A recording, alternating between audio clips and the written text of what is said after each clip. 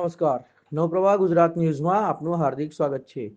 રામનાથ પ્રાથમિક શાળામાં 79મા સ્વાતંત્ર્ય દિનની ઉજવણી કરવામાં આવી। આજે સમગ્ર દેશ ભારતને બ્રિટિશ સરકારની ગુલામીમાંથી આઝાદ થયાનો 79મો સ્વતંત્રતા દિવસ ઉજવી રહ્યો છે।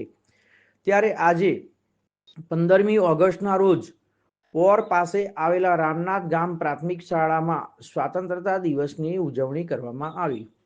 શાળાના બાળકો, ગામના યુવાનો, વડીલો, આવેલ તમામ મહેમાનો તેમજ રામનાથ ગામના સરળ અને શાંત સ્વભાવના નવનિયુક્ત સરપંચ શ્રીની આગેવાનીમાં તિરંગા રેલી યોજાઈ હતી। રાષ્ટ્રગીત, ધ્વજવંદન અને શાળાના બાળકો દ્વારા આવેલ તમામ મહેમાનોનું સ્વાગત ગીત દ્વારા સ્વાગત કરવામાં આવ્યું હતું।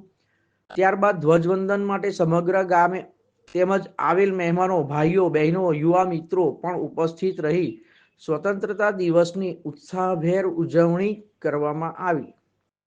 આઝાદીના લડવૈયાઓ, સ્વતંત્ર સેનાનીઓને પણ યાદ કરવામાં આવ્યા। આવેલ તમામ ગામના વડીલો, યુવા મિત્રોએ તેમજ સરપંચશ્રી સાથે મળીને ગામને સ્વચ્છ અને વિકસિત બનાવવાનો સંકલ્પ પણ કર્યો। એક જાગૃતિ યુવાન દ્વારા દેશભક્તિ આપને નાની નાની કૃતિથી પણ કરી શકીએ છીએ તેમ કહી વીજળીની બચત કરીએ છીએ, પાણીનો બગાડ ન કરીએ, જરૂર પડે તો જ પ્લાસ્ટિકનો ઉપયોગ કરીએ, જાહેરમાં પાન પડીકી ખાઈને થૂકવું ન જોઈએ, એ પણ એક દેશભક્તિનો જ ભાગ છે। ત્યારબાદ નવનીત રામનાથ ગામના યુવા અને શિક્ષિત સરપંચે પણ પોતાનું વક્તવ્ય આપ્યું।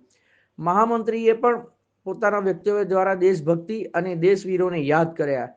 ત્યારબાદ બાળકોને ભેટ આપી સ્વતંત્રતા દિવસની ઉજવણી કરવામાં આવી। આજરોજ 15મી ઓગસ્ટના આ સરસ મજાના દિવસે હું ગામની અંદર આચાર્યશ્રી અને સરપંચશ્રીએ મને અહીંયા બોલાવ્યો છે અને એ દરમિયાન સરસ મજાનો કાર્યક્રમ રહ્યો। શાળાના વિદ્યાર્થીઓએ અને વિદ્યાર્થીઓને પણ સરસ કાર્યક્રમ કર્યા, ધ્વજવંદન કર્યું અને ઘણી મોટી સંખ્યાની અંદર ગામ લોકો અહીંયા એકજૂથ હતા। હવે એવું આ ગામનું નામ રામનાથ ગામ છે, તો આજે મને એવું લાગ્યું કે આખા ગામની એક યુનિટી છે। શ્રી રામ ભગવાનના નામથી આ રામનાથનું નામ પણ રામનાથ છે, તો મને આ ગામમાં આવીને ખૂબ આનંદ થયો અને હું સરપંચશ્રીનો અને આચાર્યશ્રીનો ખૂબ આભાર વ્યક્ત કરું છું।